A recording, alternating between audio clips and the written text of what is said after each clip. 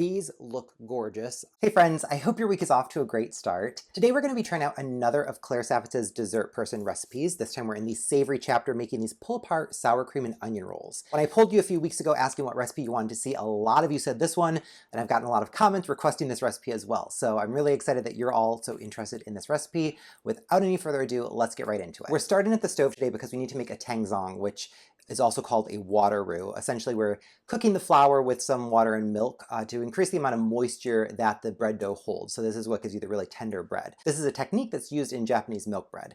In a medium, smaller saucepan, I'm going to add in my milk along with some water, and then we'll whisk in our bread flour. Now that the flour is evenly incorporated, we're going to turn this on over medium heat and cook it for about 2 minutes until it turns into a thick paste. The consistency we're looking for is similar to mashed potatoes. All right, and this has been 4 minutes. You can see that the viscosity here is really starting to thicken up. Not quite to mashed potatoes, but it's definitely getting some body to it. So I don't think we're too far away. All right, and so that's been 5.5 minutes for me. So probably about 2 minutes since the water started bubbling around the edges. And you can see here the texture is what I would say is mashed potato, certainly thicker than the mashed potatoes that Carla and Molly made for BA's Making Perfect Thanksgiving. So we've got some nice body here, and we're going to go ahead and get this out of the pan. And we'll just get this transferred into the bowl of our stand mixer. And then using that same exact pan without rinsing it out, we're going to pop this back over the heat, just onto a medium-low, and we're going to add in 2 tablespoons of whole milk. We're just warming this up to about 105 degrees to proof the yeast. All right, and that is just a very, very small amount of milk, so obviously it's going to heat up super fast, so let's see how it's looking here. We've got about 130 degrees Fahrenheit. In Celsius, that's around, what, 56 degrees? So clearly with our milk, we overshot that 105 that we were looking for. I did that deliberately. In the maple walnut bun video, I had a little bit of a struggle getting my yeast to proof, and several of you mentioned try heating the milk up higher and then let it cool down rather than just heating it up to 105 and stopping. So that's what I'm doing. We shot it up and we're going to catch 105 on the way back down. So it's not too much milk, should cool down quickly. So our milk has been cooling in the pan for just a couple minutes, so it's come down from that initial kind of high temperature. I'm hoping we're close to 105. Let's check. And we're at 111, which I think that's still kind of in the safety window there. Celsius, that's 42 degrees. So with that, let's go ahead and get our yeast added in. So we're not using a full envelope of this activated dry yeast. We only need 1.5 teaspoons, and then just whisking this. So now we're just going to let this hang out for 5 to 10 minutes to let the yeast proof. So I'll see you then, and hopefully this will be nice and foamy. The yeast is nearly done proofing, so now let's get the rest of the ingredients into the bowl of the stand mixer. So first up, room temperature sour cream. Next, some granulated sugar, unsalted butter at room temperature, kosher salt, 2 eggs at room temperature. The final ingredient before we add in the yeast is bread flour. Bread flour has a higher gluten protein content versus all-purpose flour, and that extra gluten is what gives your bread more structure. That said, if you can't find bread flour or you don't want to buy it, you can do a 1-to-1 substitution with all-purpose flour and you'll have basically the same result. So don't stress out if you can't find this. Just going to dump this all in here. And then lastly, it has been a little over 5 minutes and I can see little bubbles forming around the yeast, and it's definitely getting fragrant. And we'll just get that scraped into the pan with all of the other ingredients. I appreciate Claire's idea of proofing the yeast in this pan. However, I'd rather just wash an extra dish rather than deal with this nonsense. It just wasn't enough liquid in the pan. So I would say do this maybe in a small bowl or something. This is just a little bit awkward. Now that we've got everything into the bowl of the stand mixer, we're going to start this out on low speed just to get everything incorporated and avoid making a mess. Once the flour looks mostly hydrated, we'll crank this up to medium speed and knead it for about 8 to 10 minutes until the dough looks really smooth and supple. All right, so you can see that flour is mostly incorporated here. It's been about 1 minute. I'm going to crank this up just a little bit more to medium speed. So it's been 2 minutes of mixing. We are far from done. This dough is still very shaggy. However, I do want to stop and scrape the edges of the bowl and the dough hook quickly just to ensure that everything's getting evenly incorporated. And that looks good. Let's crank this back up over medium speed. And this has been mixing for another 4 minutes, so we're at a total of 6.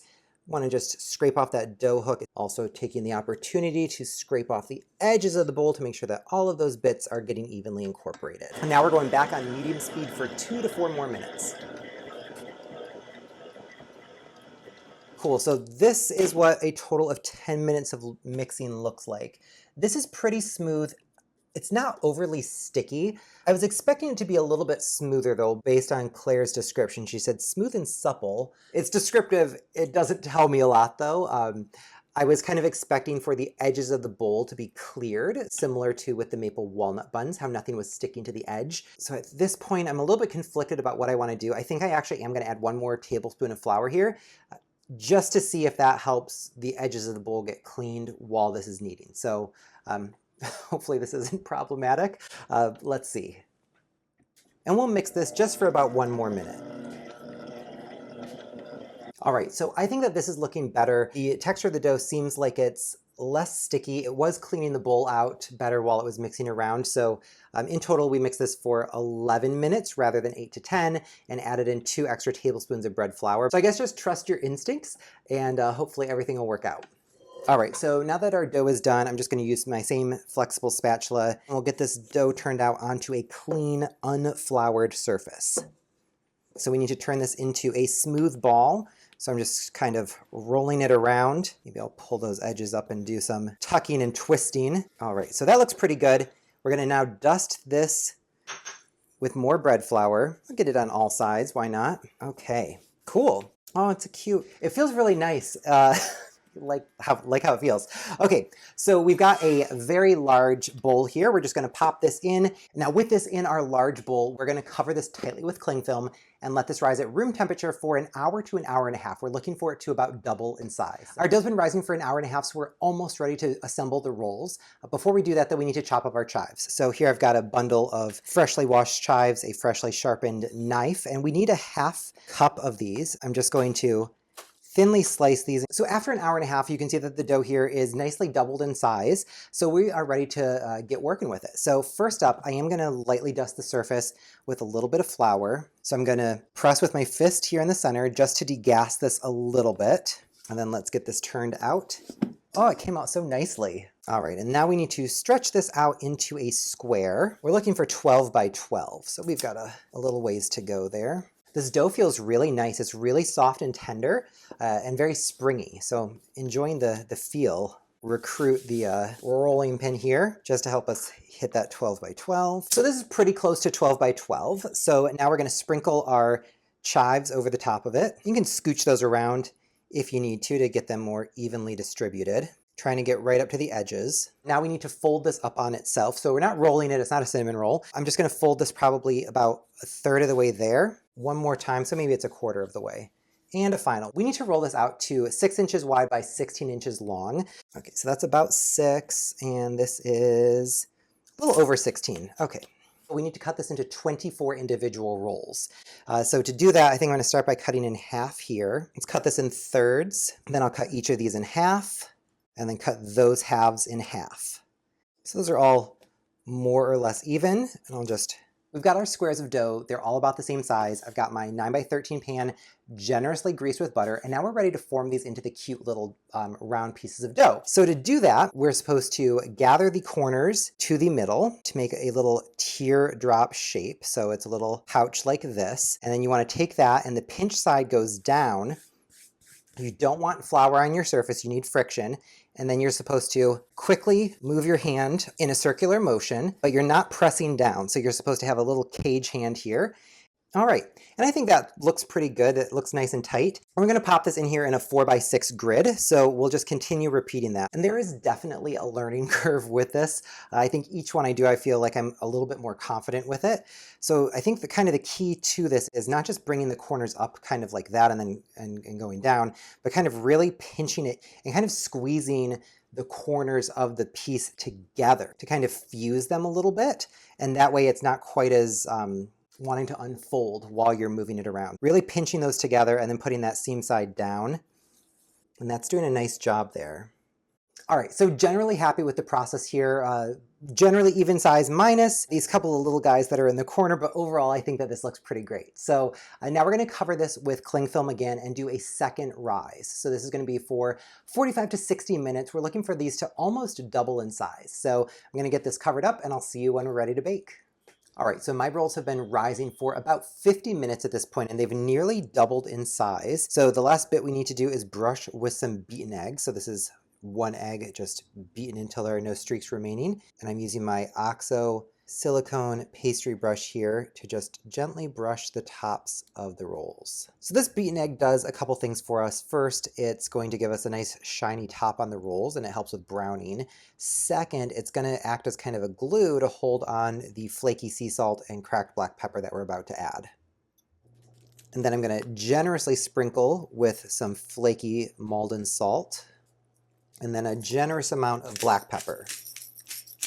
Perfect. So I'm going to pop these into my preheated 375-degree oven for 25 to 30 minutes until the tops of these are nice and deep and golden brown.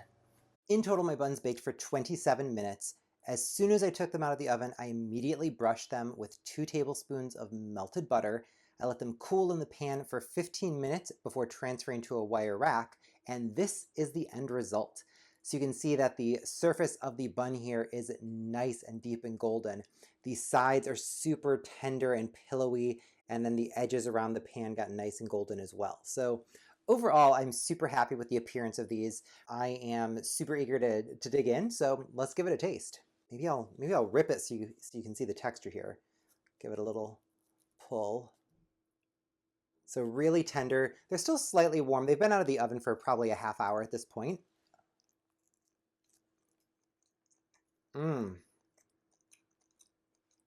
Wow.